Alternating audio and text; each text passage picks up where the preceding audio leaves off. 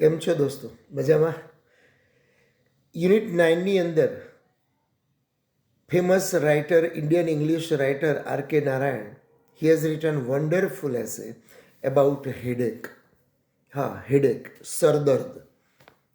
સામાન્ય રાઇટર હોય તો માણસોની વાતો કરે, બીજા બધાની વાર્તાઓ લખે, સામાન્ય ટોપિક ઉપર વાર્તા લખાતી હોય, નફરતના ટોપિક ઉપર, પ્રેમના ટોપિક ઉપર, વગેરે વગેરે વગેરે.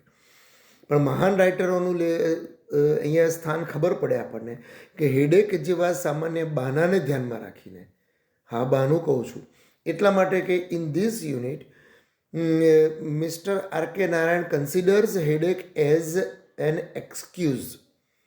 excuse not for working anything, excuse to take the leave from the office. ઓફિસમાં કે નોકરીમાં કામ ના કરવું હોય અને રજા લેવી હોય તો મને બહુ હેડેક છે, સરદર્દ છે એવું કહીને નીકળતા હોય માણસો. સ્કૂલની અંદર રજા લેવી હોય તો કોઈ તાસ ના ભરવો હોય, બરાબર. વહુએ બનાવેલી રસોઈ સાસુએ કે સાસુએ બનાવેલી રસોઈ વહુએ કોઈક વાર ના ખાવી હોય, બરાબર, ત્યારે આવા કારણો આપે કે મમ્મી આજે મને માથું બહુ દુખે છે અને આજે ખાવાની કંઈ ઈચ્છા નથી. પત્ની બહુ ક્યાં કરતી હોય, વારે ઘડીએ ક્યાં કરતી હોય, બહાર હોટલમાં જમવા જઈએ. અને કેટલાક પતિદેવોને બહાર હોટલમાં જમવા ન જવાની ઈચ્છા હોય, નોકરીએથી થાકીને આવ્યા હોય. ખાવું તો બહાર ગમતું જ હોય, એવું કંઈ ના હોય કે પૈસા બચાવવાના હોય, પણ ઘણીવાર થાકીને આવ્યા હોય અને ના પાડી શકે સીધી, કારણ કે નહીં તો કલાકનો બખાડો થાય. એટલે આજે હું બહુ થાકી ગયો છું, બહુ કામનું ટેન્શન હતું અને હેડેક છે. આવા કારણો આર.કે. નારાયણ કહે છે, હું નથી કહેતો, એટલે મારી સામું આમ કરીને જોશો નહીં. એમાં એણે જે કહ્યું છે એ હું તમને કહી રહ્યો છું, બરાબર. એટલે this kind of excuses people give. અને નવાઈની વાત એ છે કે હેડેક નામનું બહાનું nobody considers it as a serious one, nobody takes it for granted. અને છતાંય કોઈ વિશ્વાસ નથી કરતું, છતાંય હેડેકના નામની, સરદર્દના નામની કેટલીય દવાઓ માર્કેટમાં વેચાય છે, જાહેરાતો ટીવીમાં આવે છે અને કેટલાય વેપારીઓ એમાંથી નફો કમાય છે. આ બહુ એક અલગ જ વસ્તુ છે, બરાબર. એટલે અહીંયા એ હેડેક ઉપર વાત કરવા જઈ રહ્યા છે. Let's discuss this lesson. પાઠ આવે ત્યારે એકની એક વાત ઘણીવાર કહેવામાં આવે છે, એટલે એમાં બધું ડિસ્કસ કરીશું. પણ થોડા અક્ષર મોટા દેખાય એટલે હું તમારી વચ્ચેથી અને બુક વચ્ચેથી નીકળી જાઉં છું, સાઈડમાં જાઉં છું. So the writer, what does the writer say? Of all the blessings मतलब કે આશીર્વાદ, તમને ખ્યાલ છે, confirmed of mankind by the benign providence, the most useful is the headache. બરાબર. એમાં કહે છે but four it there would be many great embarrassments in life. ઘણી બધી મૂંઝવણો હોઈ શકે લાઈફમાં. Factual explanations are not always either palatable or feasible. So here writer, what does the writer say? તો કહે છે કે ઈશ્વરે ઘણા બધા આશીર્વાદ આપણને આપ્યા છે. એમાંનું સૌથી મોટું આશીર્વાદ હોય ને તો દેટ ઇઝ ધ હેડેક, બરાબર. આ હેડેક નામનું આશીર્વાદ છે એ એક પ્રકારનું આશીર્વાદ જ કહેવાય. It is a kind of boon, it is a kind of blessing, બરાબર. પણ જીવનમાં ઘણી બધી મૂંઝવણો હોય. People have great embarrassments also in life, કે કોઈના લગ્નમાં જવું કે ના જવું, કોઈના જમણવારમાં જવું કે ના જવું, ડ્રોઈંગ રૂમમાં મહેમાન અમુક એવા અનવેલકમ્ડ ગેસ્ટ આવી ગયા હોય, એમની જોડે લાંબો સમય બેસવું કે ના બેસવું. હવે એ વખતે એમને સીધું તો એમ કહેવાય નહીં કે ભાઈ મને તમારી જોડે ફાવતું નથી, બરાબર. એટલે ફેક્ચ્યુઅલ એક્સપ્લેનેશન્સ આર નોટ આઈધર પેલેટેબલ ઓર ફેસિબલ. ઘણીવાર વાસ્તવિક ખુલાસા આપણે આપી દઈએ, રિયલ રીઝન્સ આપી દઈએ તો they are not acceptable, they are not practical also. કોઈને સીધું કહી ન શકાય કે તમારા હાથની રસોઈ મને નથી ભાવતી, સાસુમાં ફિક્કી હોય છે સાવ રસોઈ. ઇન સચ સર્કમસ્ટન્સીસ મતલબ કે સંજોગો, પરિસ્થિતિ, headache acts as a sort of password. અને એવી સિચ્યુએશનમાં headache acts as a sort of password, કે આપણું કામ પણ થઈ જાય અને સામેવાળાનું સન્માન પણ સચવાઈ જાય, બરાબર. કે આપણે નથી ખાવી એમના હાથની રસોઈ તો આપણું કામ બી થઈ ગયું. અને સામે બ્લન્ટલી સાસુમાં એવું તો કહેવાય જ નહીં કે તમારી રસોઈ કશું હોતું નથી, મરચું હળદર મીઠું નાખીને બનાવીને શાક આપી દો છો, બરાબર, એવું તો કહેવાય નહીં.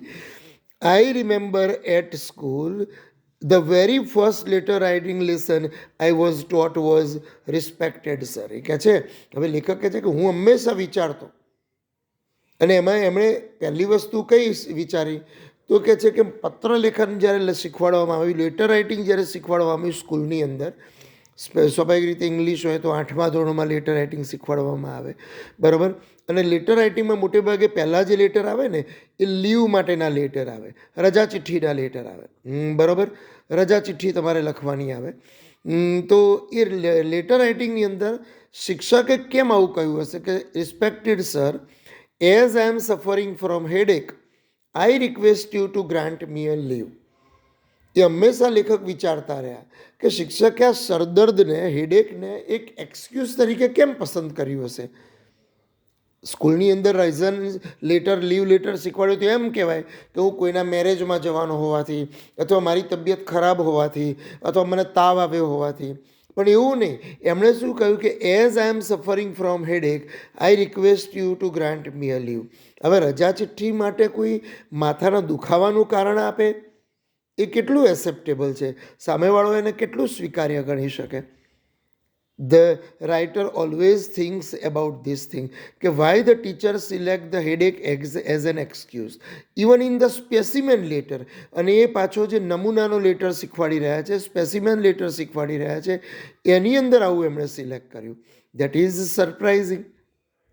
I think it was very much everybody in thoughts useful અલાઇક to the pupils or there masters. લેખક કહે છે કદાચ એવું હોઈ શકે કે આ વસ્તુ બહુ જ યુઝફુલ હોય, બહુ કોમન હોય.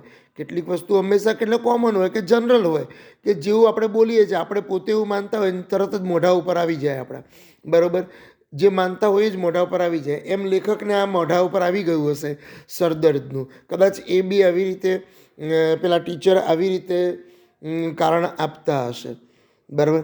વી used to have drill after the school hours which I still think is an unfair and undesirable practice. અને હજુ પણ લેખક કહે છે અનુચિત હતું આ વસ્તુ, અનિચ્છનીય કામગીરી હતી, કે આ વસ્તુ ગમતી નથી.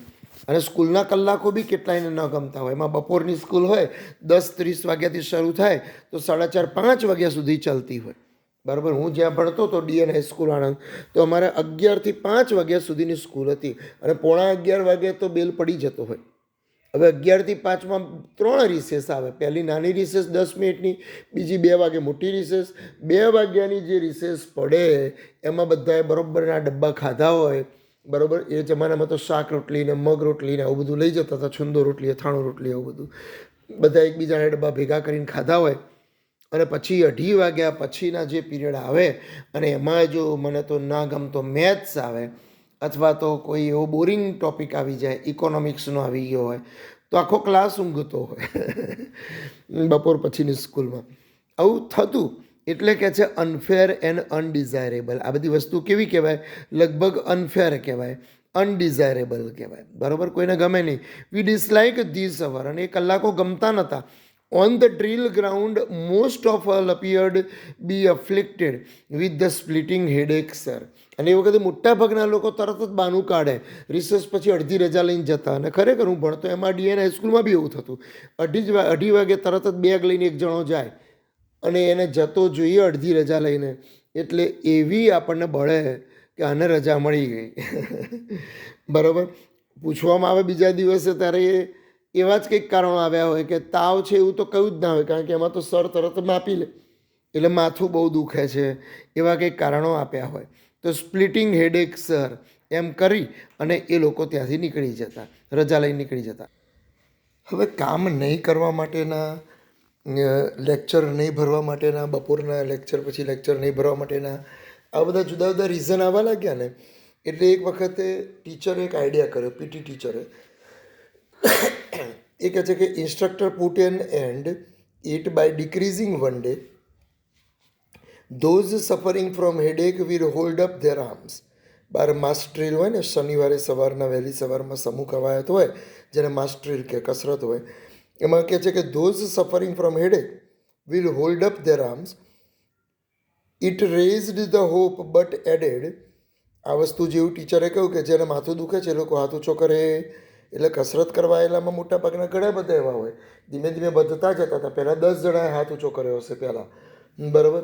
પછી 20 જણાએ બાના કાઢ્યા હશે, પછી 30 જણાએ બાના કાઢ્યા હશે. એટલે આજે જ્યારે ટીચરે કહ્યું ને ત્યારે ઇટ રેઝડ અવર હોપ. કે કદાચ આપણે આંગળી ઊંચી કરીશું તો ટીચર આપણને આજની કસરતમાંથી રજા આપશે.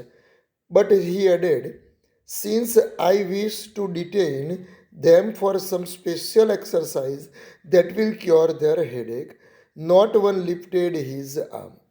ટીચરે જેવું કહ્યું કે મારે જેને માથું દુખે છે, those people who have headache, I want to give them special exercise, એમને સ્પેશિયલ કસરત કરાવવા માટે હું લઈ જવા માગું છું. બરાબર, જેવું આવું કહ્યું સ્પેશિયલ કસરત કરવા માટે માથું દુખતું એને લઈ જવા માગું છું.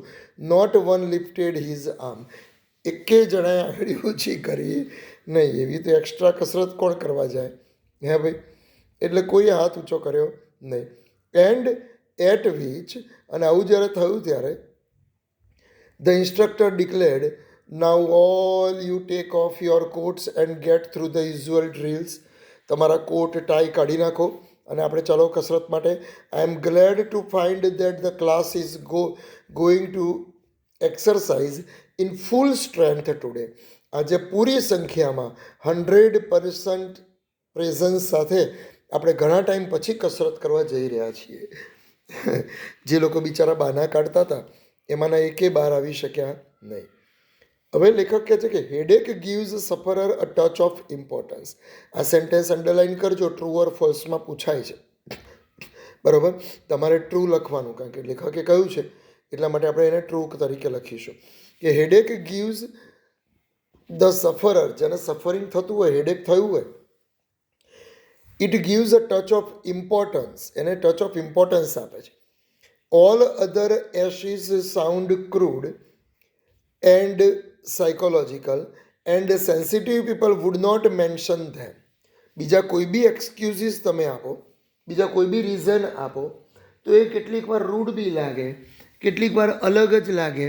બરાબર, એટલા સંવેદનશીલ સેન્સેશનલ ના પણ લાગે, અને સાયકોલોજીકલ પણ કેટલાક લાગે. એટલે આમ બીજા કોઈ વર્ણન નથી કરતા. બીજી કોઈ માંદગી હોય એને આપણી સજામાંથી મુક્તિ માટે કે કામમાંથી મુક્તિ માટે જાહેરમાં ડિક્લેર નથી કરતા. બરાબર, કે ભાઈ મને આજે ગળામાં બહુ સોજો છે, દુખે છે એટલે હું આઈસ્ક્રીમ નહીં ખાઉં. ના, એવું નહીં બોલે. બરાબર, એમાં કોરોના ટાઈમમાં તો સાવ નહીં બોલે કે ગળામાં ખીચખીચ થાય છે એટલા માટે હું નહીં ખાઉં એમ. પેલા લોકો કાઢી મૂકે ને તાત્કાલિક જ. Then after, no other element can be so openly mentioned in the impunity. You could mention headache in the most elegant social gathering and no one would be shocked by it. આ પણ એક વાત છે કે બીજી કોઈ બીમારી હોય એને આપણે કામમાંથી મુક્તિ લેવી હોય કે કોઈ ફંક્શનમાં ના જવું હોય તો we don't mention it publicly. But if there is a headache even in the social function also, સામાજિક ફંક્શન હોય એમાં પણ જાણે એવું લાગે કે it is acceptable to everybody, સર્વસ્વીકૃત હોય એવું લાગે. અને જ્યારે કોઈને એમ કે એમને બહુ જ માથાનો દુખાવો છે એટલે સાઈડમાં એકલા બેઠા છે તો nobody is shocked by it. કોઈને એનાથી શોક બી નથી લાગતો. બરાબર, કે હે આવું થઈ ગયું. આપણે એમ કે હૃદયમાં બહુ દુખે છે, છાતીમાં બહુ દુખે છે તો ટેન્શન થઈ જાય.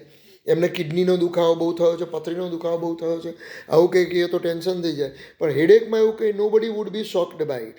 Everybody takes it for granted.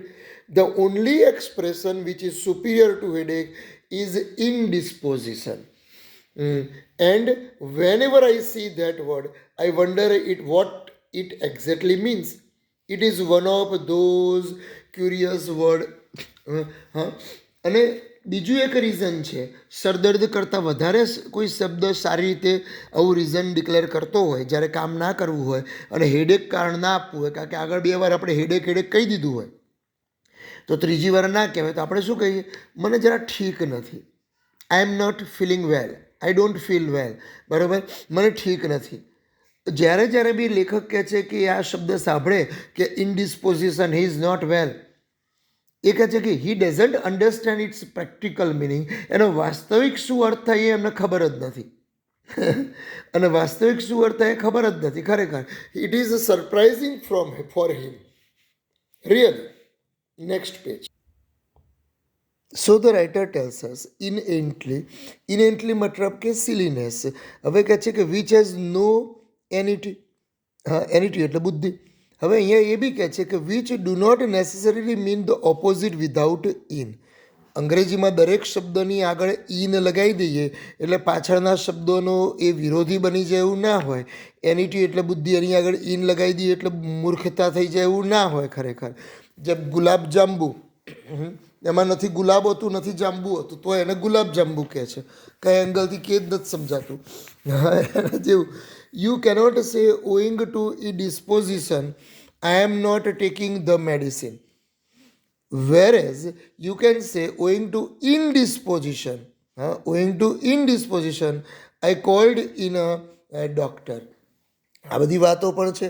કોઈને આપણે એમ કે સ્વચ્છતાના કારણે હું દવા નથી લેતો એવું ના કહેવાય, કે હું બહુ હેલ્ધી છું ને એટલે હું કોઈ દવા લેતો નથી, એવું ઓડ લાગે.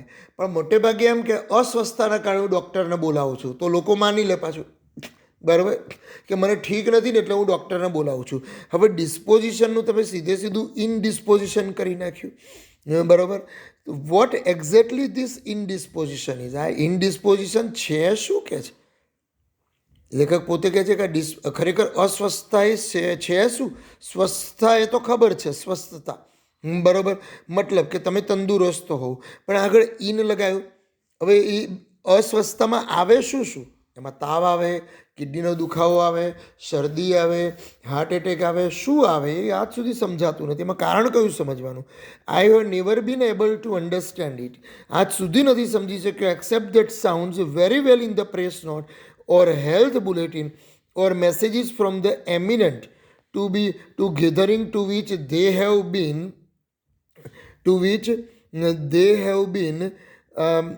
અહીંયા લખ્યું છે, પાનું ફેરવું છું એટલે વાર થઈ,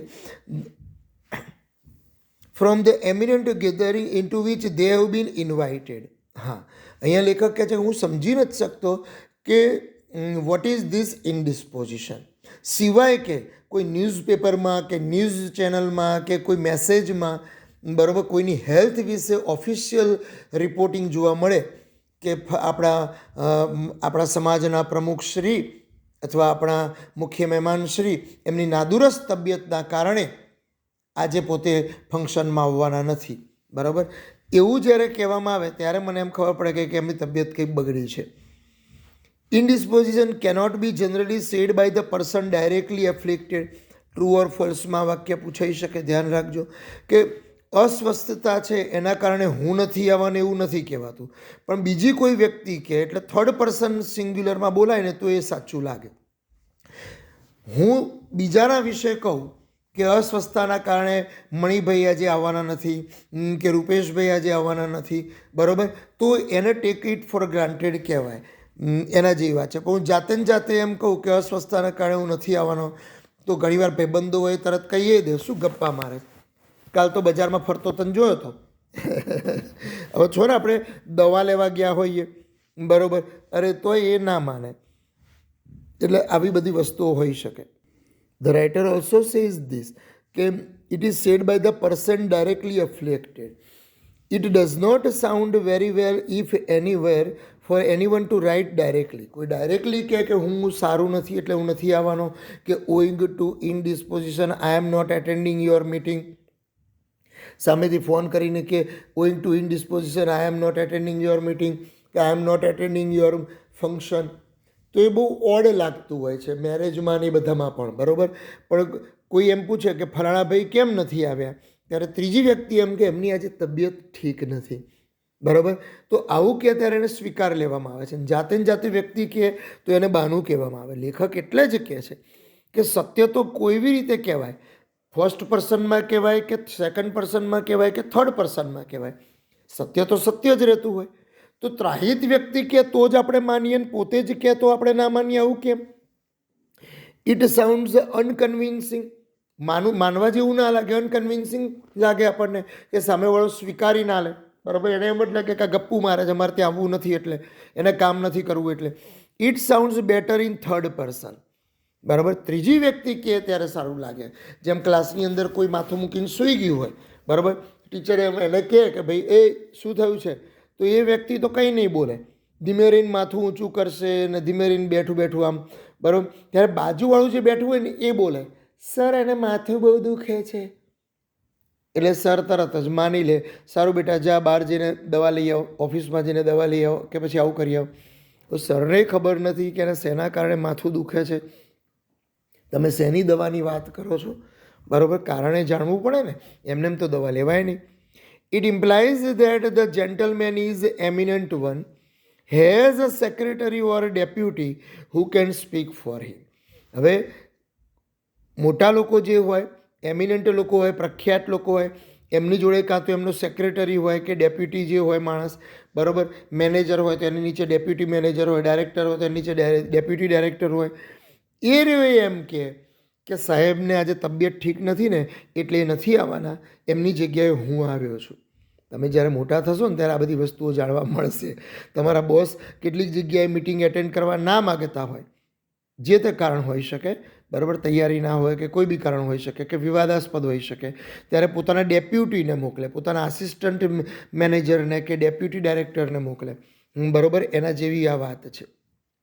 અને પેલા ડેપ્યુટી જે છે એ કે સરને આવું હતું ને એટલે mister so and so regrets is inability to attend the meeting today owing to indisposition, કે મિસ્ટર સો એન્ડ સો એ હાજર રહી શકે એમ નથી, એવો દિલગીર છે કે આજની મિટિંગમાં હાજર રહી શકશે નહીં એમની નાદુરસ્ત તબિયતના કારણે.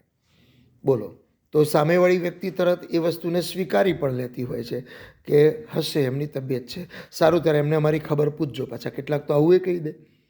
પેલો ઘેર બેઠો બેઠો મેચ જોતો હોય આઈપીએલની, people will understand and accept the statement, લોકો સ્વીકારી બી લેશે અને એક્સેપ્ટ ધ સ્ટેટમેન્ટ. કોઈ એમ નહીં કે વિલ નોટ ક્વેશ્ચન, કોઈ એમ નહીં કે કાલ તો એમને બજારમાં જોયા હતા, નો બડી વિલ સે, એવું જ માની લે નાના એ દવાખાને જતા હશે, બરાબર? What is ઇનડિસ્પોઝિશન? Is he down with, આ ઇનડિસ્પોઝિશન છે શું? લેખક એટલે જ પૂછે છે. કારણ કે સામાન્ય વ્યક્તિ માટે વાત કરીએ તો કહે છે કે બહાનું કહેવાય, મોટી વ્યક્તિ વિશે વાત કરીએ ને એને પાછો કોઈક એનો આસિસ્ટન્ટ કે ડેપ્યુટી આવીને સીધો ખાલી મેસેજ કરી દે, ફોન કરી દે કે રૂબરૂ આવીને કહી દે કે સાહેબની તબિયત ઠીક નથી એટલે નથી આવવાના, તો એને સાચું માની લેવામાં આવે. આવું થોડું હોય, સત્ય હંમેશા સત્ય જ હોય, નાની વ્યક્તિ માટે હોય કે મોટી વ્યક્તિ માટે હોય. હવે અહીંયા મજાની વાત તો એ છે, પાછી આગળ હેડેકની વાત કરી, હવે ઇનડિસ્પોઝિશનની વાત કરીએ છીએ. લેખક કહે છે કે વોટ ઇઝ ધેટ ઇનડિસ્પોઝિશન? મેનેજર સાહેબ આવ્યા નહીં, કે સીએમ સાહેબ આવ્યા નહીં, કે મિનિસ્ટર સાહેબ આજની મિટિંગમાં ના આવ્યા, બરાબર? અને અસ્વસ્થતાનું કારણ આપવામાં આવ્યું એમના સેક્રેટરી દ્વારા કે એમના ડેપ્યુટી માણસ દ્વારા કે ડેપ્યુટી મેનેજર દ્વારા. તો વોટ ઇઝ ધીસ ઇનડિસ્પોઝિશન? બધાએ સ્વીકારી પણ લીધું. Is he down with flu or malaria or cold or રૂમેટિઝમ?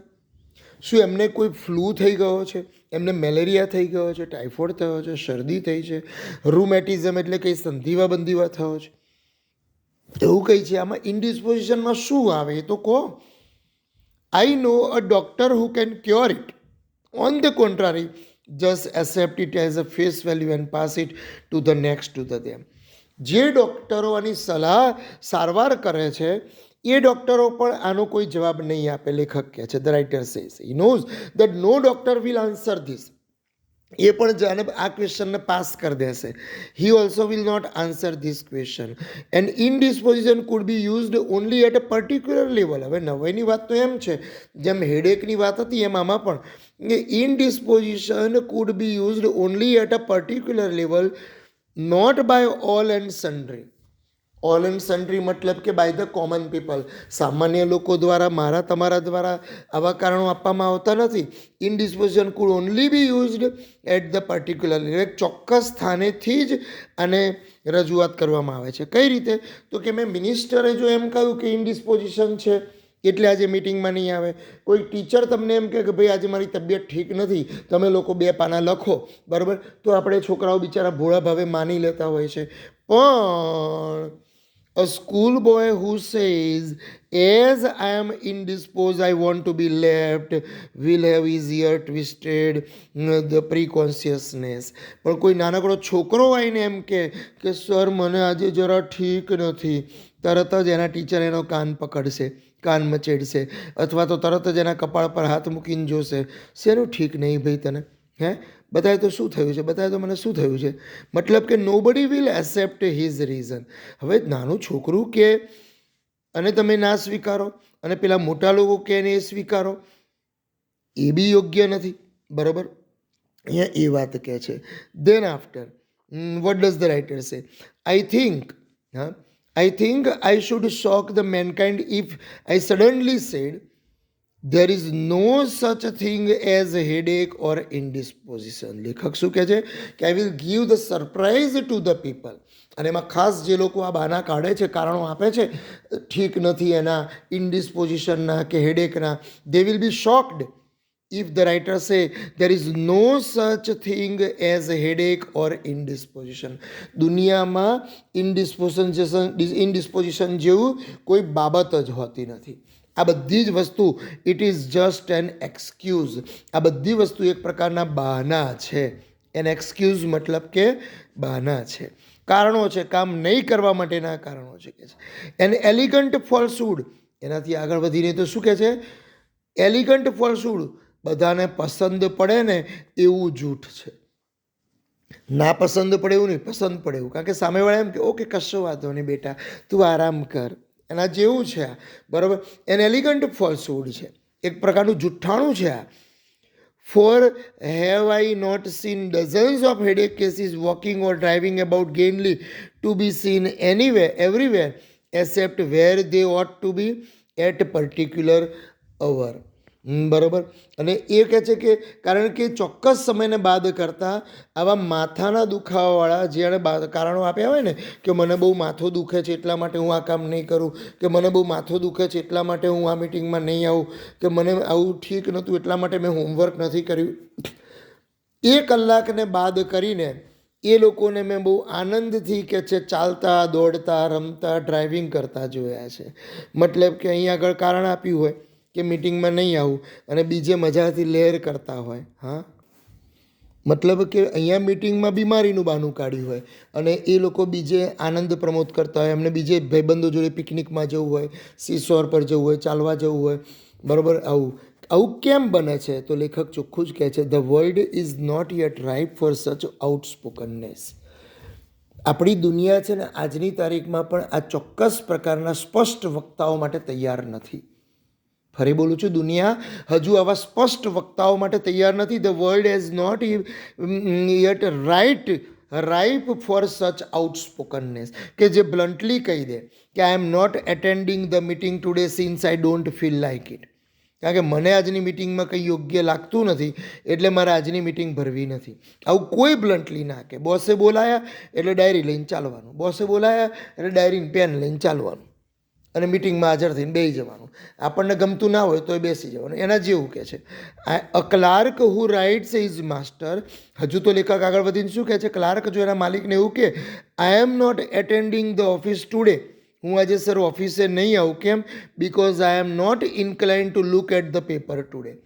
આજે કાગળિયા જોવાની મારી કોઈ ઈચ્છા નથી, પેપર વર્ક કરવાનું મારો કોઈ ઈરાદો નથી, એટલા માટે I will not remain present in the office.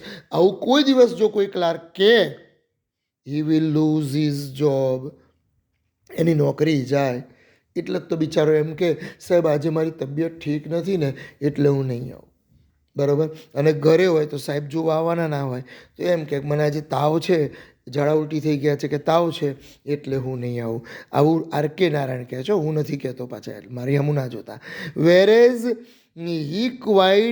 He quite at liberty to say that he is down with headache. શાંતિથી એના વિશેષાધિકારથી જો એમ કે એને બહુ જ શિરદર્દ છે તો માની લેવામાં આવે.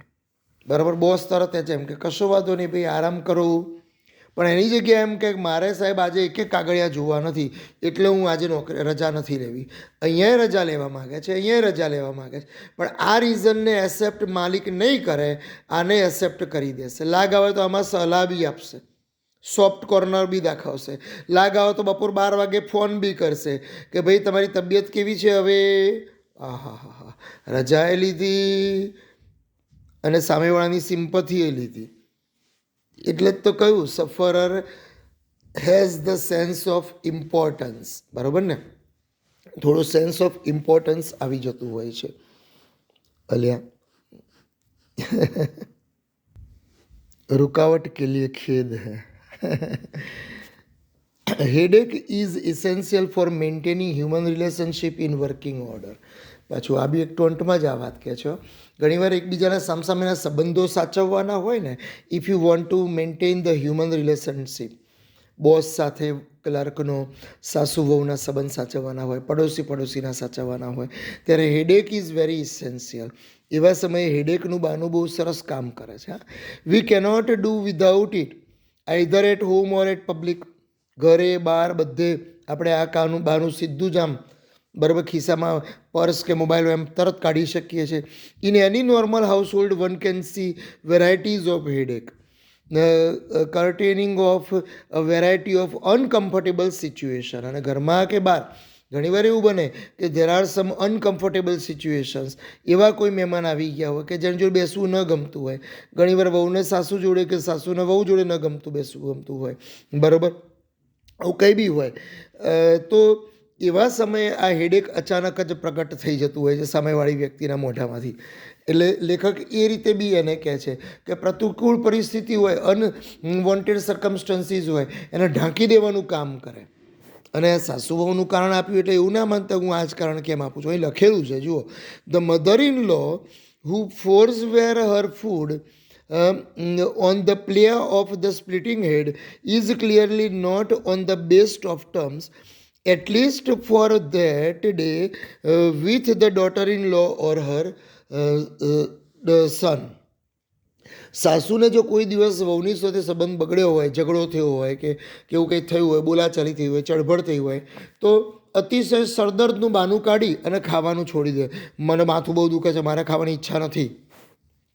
એટલે તરત જ દીકરો આવી જશે, મમ્મી કેમ માથું દુખે? આ તારી વહુના કકડાટ. બરાબર. લેખક કહે છે, ભાઈ હું નથી કહેતો, હજુ તમને કહું છું. The son who pleads headache may want to keep away only to his friend and officers but would not like his wife. બરાબર. ઘણીવાર એવું બને કે કેટલાક ભાઈઓને ઓફિસમાંથી કારણ આવી ગયું હોય, કંઈક અધિકારીઓથી દૂર રહેવા માગતો હોય. દીકરો હોય તો પુત્ર અને પુત્રવધૂના કિસ્સાની વાત કરીએ તો પુત્ર જો એના મિત્રો કે અધિકારીઓથી દૂર રહેવા માગતો હોય, કે પત્નીને આપેલું વચન આપ્યું હોય કે હું આજે તને જમવા બહાર લઈ જઈશ, બરાબર, અને મેળ ના પડે એવો હોય બહાર જમવા લઈ જવાનો, એ વખતે આવા કારણ આપતો હોય. એ વખતે એમ કે splitting headache is clearly not on the best of the term, at least for that day, with the daughter-in-law or son. બરાબર. આમાંના કોઈની જોડે બી કંઈ બી કામ થયું હોય તો બી આ બધી વસ્તુ થઈ શકે. ધ સન હુ પ્લીડ્સ, આગળ આ ચર્ચા આપણે થઈ ગઈ. The son who pleads headache may want to keep away not only his friends and officers. ભાઈબંધો જોડે જમવા ના જવું હોય, કે ઓફિસર્સથી જોડે મિટિંગથી ટાળવું હોય, કે બિઝનેસ ડિનર કરવાનું હોય ના જવું હોય એને, or but would like his wife not to press him too much to fulfil promise to take her out. કે પછી પત્નીને પ્રોમિસ આપેલું હોય કે આજે તને ડિનર માટે લઈ જઈશ, 2 દાડા પહેલાં કહ્યું હોય અને આજે જવાની ઈચ્છા ના હોય, બરાબર, એવું કંઈ બી હોઈ શકે. તો the little man who pleads headache has definitely skipped his homework. અને નાનું કોઈ બાળક હોય અને એમ કહેતું હોય મને બહુ જ માથું દુખે છે સર, તો નક્કી સમજવું કે એ ભાઈ હોમવર્ક કરવાનું ભૂલી ગયા છે. કે પછી જો હજુ આવે છે, or would like the tutor to be sent away, અથવા તો ઘરે ટ્યુશનના ટીચર આવ્યા હોય એમને ભગાડી દેવા હોય, બરાબર, આજે ભણવાની ઈચ્છા ના હોય, ભાઈબંધોએ મેચ ગોઠવી હોય અડધા કલાક પછી અને સર 5:30 થી 8 વાગ્યા સુધી ભણાવવાના હોય, તો ટીચરને ભગાડી દેવા હોય તો બી આપણે હેડેકનું બહાનું કાઢીએ. As I have already said it, it will not do all to be bluntly truthful all occasion. લેખક કહે છે કે હું કહી ચૂક્યો છું કે at every incident, at every occasion, this excuse is not the truth. આ સત્ય જ છે એવું માની લેવાની જરૂર નથી. કારણ કે હોમવર્કવાળો હોમવર્કનું બહાનું કાઢતો હોય, ટ્યુશનમાં ના ભણવું હોય એનું બહાનું નીકળતું હોય, કોઈની જોડે જમવા ના જવું હોય તો એના બહાના નીકળતા હોય, મિટિંગમાં હાજરી ના હોય, બધાનું આ જ કારણ ચાલતું હોય. એટલે સાચું શું, ખોટું શું? The sign of the cultured existence is not to pray too deeply but accept certain words at their face value expressed by the speaker. આ પણ એક વાત છે. પણ આપણે બધા એક સંસ્કારી માણસો છીએ, એટલે શું સાચું શું ખોટું, સામેવાળો જૂઠું બોલે છે કે સાચું બોલે છે, એની ચળભળમાં ક્યારેય નહીં પડવાનું. કોઈ માણસ એમ કે મને આજે ઠીક નથી એટલે મારે આજે મિટિંગમાં નથી આવવું, કે મને આજે બહુ જ માથું દુખે છે એટલે હું મેરેજમાં નહીં આવું જમવા માટે તમારી સાથે, તો ડોન્ટ આર્ગ્યુ વિથ ધેમ. બરાબર, એને કદાચ નહીં ઠીક હોય, આપણે એમ જ માની લેવાનું. એટલે જ કહે છે કે જે માણસ જે કહે છે એને માની લેવું આવા સંજોગોમાં, as their face value expressed by the speaker. એ જે કહે છે એ માની લેવું. કારણ કે આવી વસ્તુમાં એક સંસ્કારી માણસ તરીકે જો પોસ્ટમોર્ટમ કરવા જઈએ ને, તો કોઈક વાર બ્લન્ટલી કહી દે કોઈ માણસ, ભાઈ મને તારી જોડે ગમતું નથી, મારે તારી જોડે જ આવવું નથી, તો પછી ઇજ્જતનો ફાલુદા થઈ જાય. બરાબર, એના કરતાં બેટર છે જે વ્યક્તિ જે કહે છે એ માની લેવું. એમ માનવું કે ભાઈ એને એટલી તો આપણી આમાન્ય રાખી કે સીધે સીધું બ્લન્ટલી એણે કારણ ના કહ્યું. બરાબર, આવી વાત છે.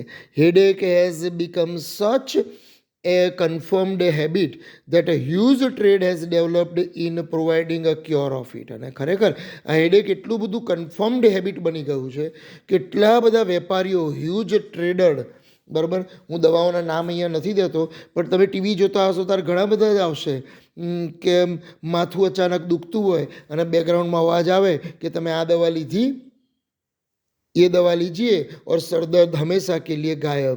बराबर, એવી કેટલીય કંપનીઓ જાહેરાત કરતી જોવા મળે, and providing cure four it.